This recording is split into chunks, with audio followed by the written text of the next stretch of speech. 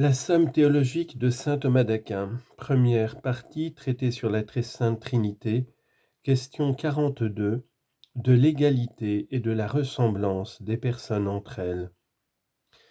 Il nous reste à considérer les personnes dans leur rapport entre elles.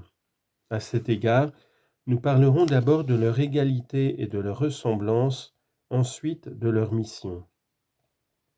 On demande 6 choses sur le premier point. Premièrement, l'égalité existe-t-elle dans les personnes divines? Deuxièmement, la personne procédante est-elle égale dans la durée à la personne dont elle procède? Troisièmement, y a-t-il un ordre de nature dans les personnes divines? Quatrièmement, le Fils est-il égal au Père en grandeur? Cinquièmement, le Fils est-il dans le Père et le Père dans le Fils? Sixièmement, le Fils est-il égal au Père en puissance? Article 1er. L'égalité existe-t-elle dans les personnes divines? On lit dans le symbole de saint Athanase, les trois personnes sont co-éternelles et co-égales les unes aux autres. Sommaire. Puisque les trois personnes ont la même essence, elles sont nécessairement égales entre elles. Corps de l'article. Il faut dire ceci. Nous devons mettre l'égalité dans les personnes divines.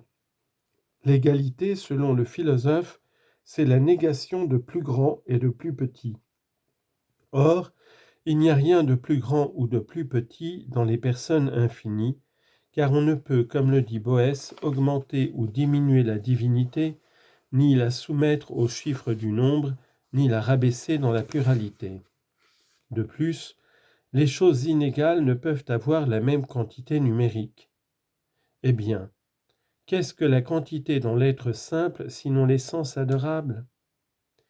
Si donc les personnes divines étaient inégales, elles n'auraient pas la même essence, elles ne feraient plus un seul Dieu, ce qui est impossible. L'égalité existe donc dans les personnes divines. Première objection. Égal veut dire, comme le remarque le philosophe, un dans la quantité.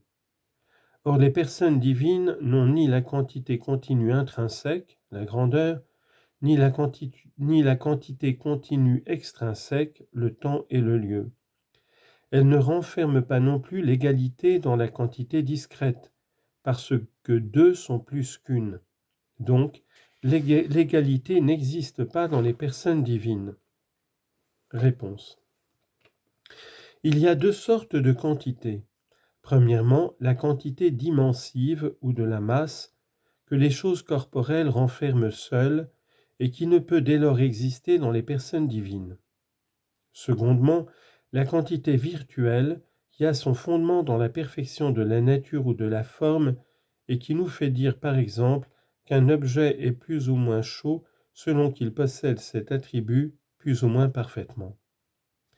On peut envisager la quantité virtuelle dans sa racine, c'est-à-dire dans la perfection même de la forme ou de la nature, alors on l'appelle grandeur spirituelle, de même qu'on dit grandeur de la chaleur. Saint Augustin explique cela d'un seul mot quand il écrit « Dans les choses qui ne sont pas grandes par la masse, celle-là est plus grande qui est meilleure. » Car meilleur veut dire plus parfait. On peut encore envisager la quantité virtuelle dans les effets de la forme. Le premier effet de la forme est l'être, le second est l'opération, car la chose est et l'agent opère par sa forme.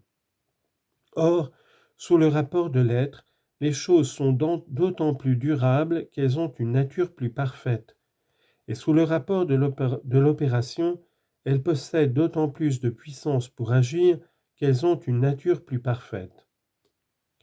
En quoi consiste donc l'égalité des personnes divines? Saint Augustin nous l'apprend. Elle consiste en ce qu'aucune de ces personnes ne précède les autres dans l'éternité, ni ne les dépasse en grandeur, ni ne les domine par la puissance. Deuxième objection. Les personnes divines ont la même essence.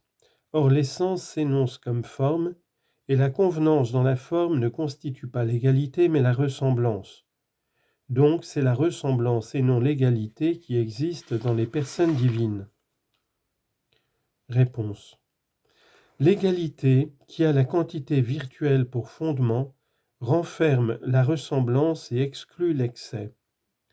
Ainsi les choses qui ont une forme commune sont semblables, alors même qu'elles participent à cette forme dans des degrés différents. Mais elles ne sont pas égales dès qu'elles la possèdent plus parfaitement les unes que les autres. Or le Père et le Fils non seulement ont la même nature, mais ils la possèdent avec la même perfection. Nous disons donc, pour bannir l'erreur d'un homme, que le Fils est semblable au Père, puis nous ajoutons qu'il lui est égal pour repousser l'hérésie d'Arius. Troisième objection. L'égalité, partout où elle se trouve, est réciproque, car deux choses égales à une troisième sont égales entre elles. Or l'égalité n'est pas réciproque dans les personnes divines. En effet, saint Augustin dit, lorsque l'image reproduit fidèlement l'original, elle lui est égale, mais l'original n'est pas égal à l'image.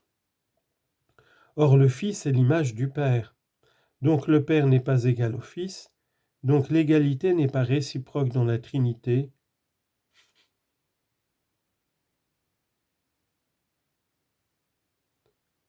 Donc l'égalité n'est pas réciproque dans la Trinité, donc elle n'existe pas dans les personnes divines. Réponse. L'égalité et la ressemblance peuvent s'exprimer en Dieu de deux manières, par des noms et par des verbes.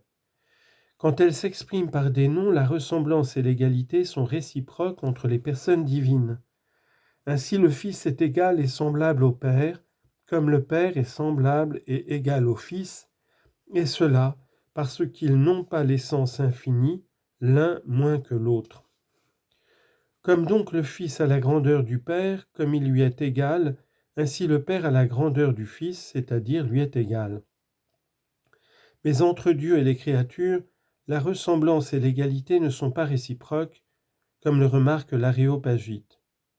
Car si l'effet ressemble à la cause parce qu'il en a la forme, la cause ne ressemble pas à l'effet parce que la forme est primitivement dans l'un et secondairement dans l'autre.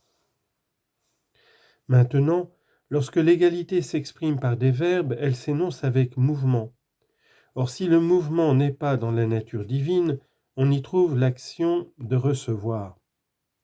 Puis donc que le Fils reçoit du Père, nous disons qu'il l'égale, mais nous n'articulons pas l'inverse. Quatrième objection. L'égalité est une relation. Or, la relation n'est pas commune à toutes les personnes, puisqu'elle les distingue. Donc l'égalité n'existe pas dans les personnes divines. Réponse.